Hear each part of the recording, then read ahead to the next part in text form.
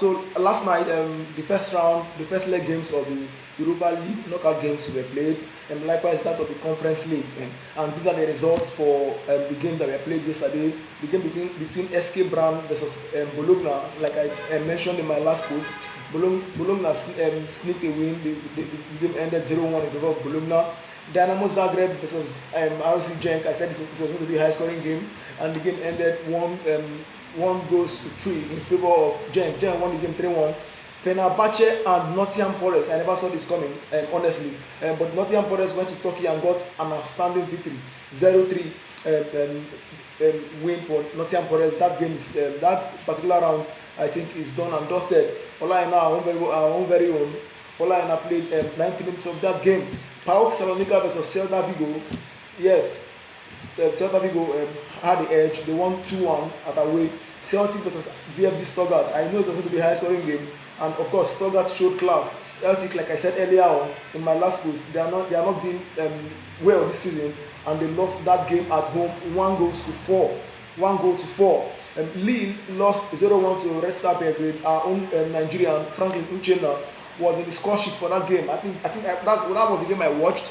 Uchenna scored the last, virtually with the last kick of the first half, a corner, a resulting corner that he converted.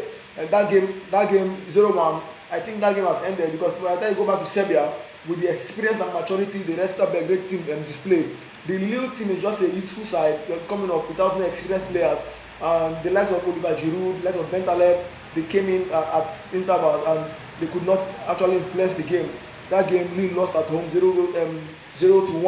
The great Razgrad won Ferencvaros 2-1. Remember I said the game between Bulgaria and Hungary, it's always edgy. You might not know who will come out on top. And of course, the home side, like I predicted, won the game 2-1. Panathinaikos versus Victoria Pleasant, the game ended all square, 2-2. Rafael Benitez, I don't know what's happening, but that's the result for the Europa League. In the Conference League, we had games across Europe. The first leg, FC Noir surprisingly won AZ Alkmaar by a lone goal. The game ended 1-0. Kups lost at home to Lech Poznan of Poland. The Finland side, the Finnish side, I think that's the end for them. Sigma Olumo drew 1-1 with Lausanne of Switzerland. Zenit Mostar drew 1-1 with Crystal Palace. Crystal Palace did not won in the last 19 games or so thereabout. I think that's the end of Oliver Glasner. Of course, he has fallen out with the board, but this is just like the end, coming too soon for him. He has already said he's going. He's not extending his contract because the board is doing in opposite what he wants for the team. Drita lost 2-3 to NK Celje of Slovenia.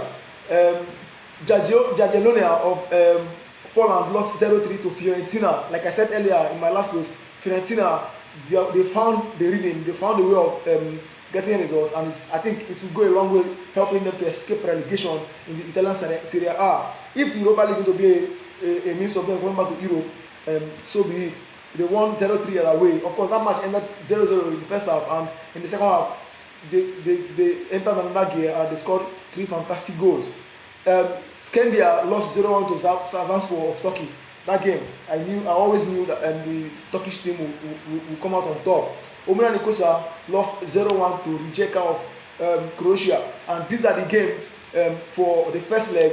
The second leg will come up next week, and we will now have the 8 teams that will go through to the round of 16. The other 8 teams that are already qualified. In the Europa League, we have 8 teams. In the Conference League, we have 8 teams joining the rest of the 8 that are already qualified automatically.